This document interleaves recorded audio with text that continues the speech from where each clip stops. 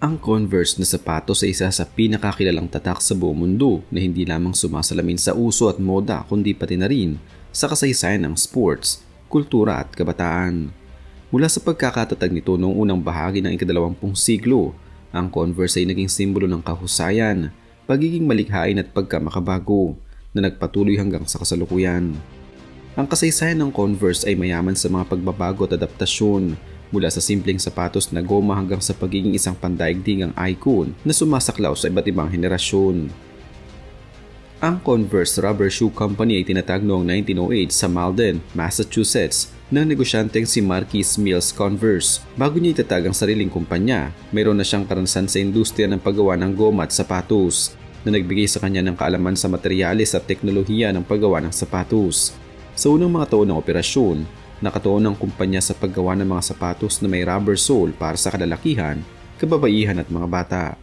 Ang pangunahing layunin ay magbigay ng mas matibay at praktikal na alternatibo sa tradisyonal na sapatos na yari sa purong balat. Ang mga produktong ito ay unang tinarget sa mga manggagawa at ordinaryong mamamayan na nangangailangan ng matibay at komportableng sapatos sa pang-araw-araw na buhay.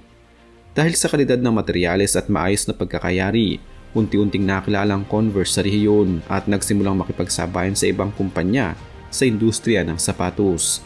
Noong 1917, nagpasya ang Converse na pumasok sa merkado ng basketball, isang sport na noon ay mabilis na lumalaganap sa Estados Unidos.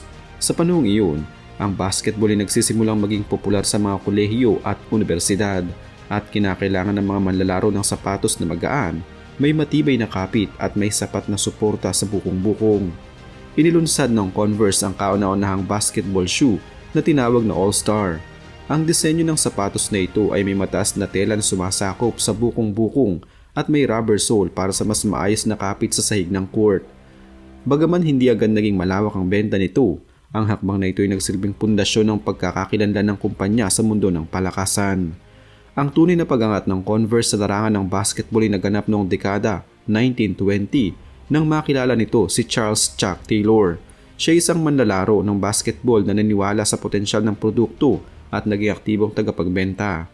Hindi lamang siya nagbebenta ng sapatos, nagbigay rin siya ng mga mungkahi upang mapabuti ang disenyo at komportableng sukat nito. Bilang pagkilala sa kanyang ambag, idinagdag ang kanyang pirma sa ankle patch ng All-Star noong 1932. Mula noon, tinawag na itong Chuck Taylor All-Star. Ang hakbang na ito ay isang makabagong marketing strategy sa panahong iyon dahil ang pangalan ng isang kilalang atleta ay nagbibigay ng kredibilidad at pang-akit sa mamimili. Ang pangalang Converse ay direktang hango sa apelyido ng tagapagtatag na si Marquis Mills Converse na nagpapakita ng personal na pananagutan at pagmamalaki sa produkto. Samantala, ang bituin o star na nasa logo ay sumasakisag sa kahusayan, tagumpay at aspirasyon sa sport. Sa konteksto ng basketball, ang bituin ay naglalarawan ng kagalingan at pagiging natatangi. Ang bilog na may bituin at pirma ni Chuck Taylor ay naging isa sa mga pinakakilalang simbolo sa kasaysayan ng sapatos at nagpatuloy na maging iconic sa pandaigdigang merkado hanggang sa kasalukuyan. Pagsapit ng dekada 1930 hanggang 1960, halos dominado ng Converse ang merkado ng basketball shoes sa Estados Unidos. Halos lahat ng koponan sa kolehiyo at profesional na liga ay gumagamit ng Chuck Taylor All-Star bilang opisyal na sapatos sa kanilang laro. Sa loob ng ilang dekada, ito ang pangunahing sapatos na makikita sa basketball courts. Ang malawakang paggamit ng mga atleta ay nagpatibay sa reputasyon ng tatak bilang maaasahan, matibay at dekalidad. Maraming manlalaro ang tumuturing sa Chuck Taylor bilang sapatos na nagbibigay ng sapat na suporta at proteksyon habang naglalaro. Noong ikalawang digmaang pandaigdig, ginamit ang teknolohiya at kakayahan ng Converse upang gumawa ng sapatos at iba pang kagamitang may rubber para sa militar ng Estados Unidos. Ang partisipasyong ito ay nagbigay ng karagdagang katatagan sa kumpanya sa panahon ng krisis at nakatulong sa pagpapalawak ng kaalaman ng kumpanya sa paggawa ng sapatos pang sport at mas lalo pang lumawak ang distribusyon nito sa buong bansa. Noong dekada 70 at 80, nagsimulang humarap ang Converse sa matinding kompetisyon mula sa iba't ibang tatak tulad ng Nike at Adidas na nagpakilala ng mas makabagong teknolohiya sa basketball shoes. Unti-unting nabawasan ang presensya ng Converse sa profesional na liga at sa merkado ng sports. Sa halip na tuluyang mawala, nagkaroon ito ng panibagong identidad bilang sapatos ng kabataan at alternatibong kultura.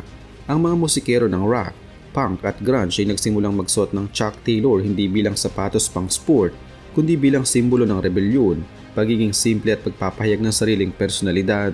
Ang banda na Ramones at musikerong tulad ni Kurt Cobain ay ilan lamang sa mga personalidad na nag-ambag sa muling pagsikat ng tatak sa pop culture.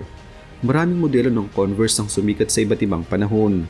Ang One Star ay nilunsad noong 1974 at naging popular sa komunidad ng skateboard dahil sa tibay at estilong kabataan.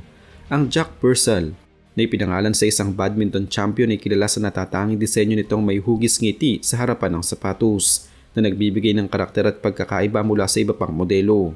Ang Converse weapon naman ay naging tanyag noong dekada 80 sa tulong ng mga manlalaro ng basketball na sina Magic Johnson at Larry Bird. Ang bawat modelong ito ay nagbigay ng sari-saring pagpipilian sa mga mamimili at nagpalawak sa merkado ng kumpanya, hindi lamang sa Amerika kundi pati na rin sa iba pang mga bansa. Sa kabila ng tagumpay, nakaranas ang Converse ng krisis pinansyal noong huling bahagi ng dekada 90. Ang pagdating ng mga bagong tatak, pagbabago ng teknolohiya sa paggawa ng sapatos at pagbabago ng kagustuhan ng mamimili ay nagdulot ng pagbaba ng benta. Dahil dito, naghain ang kumpanya ng bankruptcy noong 2001. Noong 2003, pinili ng Nike Incorporated ang Converse sa halagang tinatayang $305 million. Sa ilalim ng Nike, nagkaroon ng Converse ng panibagong strategiya sa marketing at distribution. Pinanatili ang klasikong disenyo ng Chuck Taylor ngunit pinalakas ang global distribution at kolaborasyon sa mga designers, artista at iba pang brand. Ang klasikong Chuck Taylor All-Star ay karaniwang nasa mid-range na presyo kumpara sa ibang branded sneakers, habang ang mga limitadong edisyon at kolaborasyon ay maaaring umabot sa mas mataas na halaga. Sa Pilipinas, ang presyo ng Converse ay karaniwang nasa ilang libong piso depende sa disenyo, materyales at availability. Ang mga mamimili handang magbayad ng mas mataas para sa mga espesyal na edisyon o koleksyon dahil sa eksklusibo at simbolikong halaga ng produkto.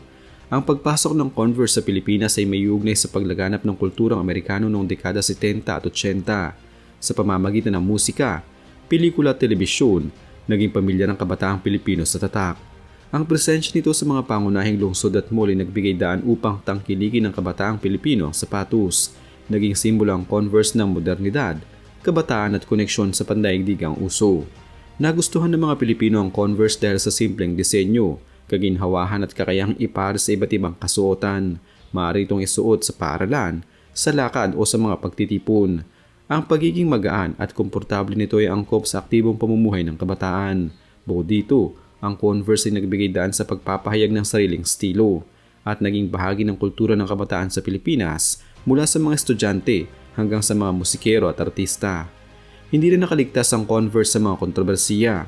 Noong dekada 90, may mga ulat tungkol sa hindi makatarungang kondisyon sa paggawa sa ilang pabrika sa ibang bansa. Ang isyong ito ay naging bahagi ng mas malawak na diskusyon tungkol sa labor practices sa industriya ng sapatos. May mga kritiko rin na nagsasabing ang simpleng construction ng Chuck Taylor ay hindi sapat para sa matinding aktibidad sa sports. Gayunpaman, ipinagtanggol ng kumpanya at ng mga tagahangang disenyo bilang nakatuon sa lifestyle at hindi sa mataas na kompetisyon sa sports. Sa kasalukuyan, nananatiling mahalaga ang Converse sa pandaigdigang merkado sa ilalim ng pamamahala ng Nike. Patuloy itong naglalabas ng mga bagong disenyo, kulay at kolaborasyon sa mga fashion designers, artista at luxury brands upang manatiling relevant sa mga batang henerasyon. Sa Pilipinas, aktibo ang presensya nito sa mga pangunahing malls at online platforms. Maraming kabataang Pilipino nagtatampok ng kanilang koleksyon sa social media na naging libreng promosyon para sa tatak. Ang kasaysayan ng Converse ay patunay na isang simpleng produkto ay maaaring maging makapangyarihang simbolo sa paglipas ng panahon. Mula sa pagiging sapatos pang sport hanggang sa pagiging icon ng fashion at kultura, ipinakita nito ang kakayahang magbago at umangkop sa pangailangan ng merkado. Ang pangalan nitong hangos tagapagtatag at ang bituin sa logo ay patuloy na kumikislap sa isipan ng mga mamimili. Sa kabuuan, ang Converse ay hindi lamang sapatos kundi isang institusyong may malalim na ugat sa kasaysayan ng sports, musika at kabataang kultura.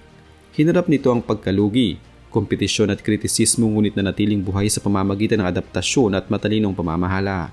Patuloy itong tinatangkilik sa iba't ibang panig ng mundo kabilang ang Pilipinas. Ang pagpapatuloy ng interes dito ay nagpapakita ng isang disenyo na simple, ngunit may malinaw na identidad ay kayang tumagal sa gitna ng mabilis na pagbabago ng industriya. Sa pagtingin sa hinaharap, Nananatiling mahalagang bahagi ng pandaigdigang moda ang Converse at ang bituin sa logo nito na magsisilbing sagisag ng pamana at impluwensya nito sa maraming henerasyon.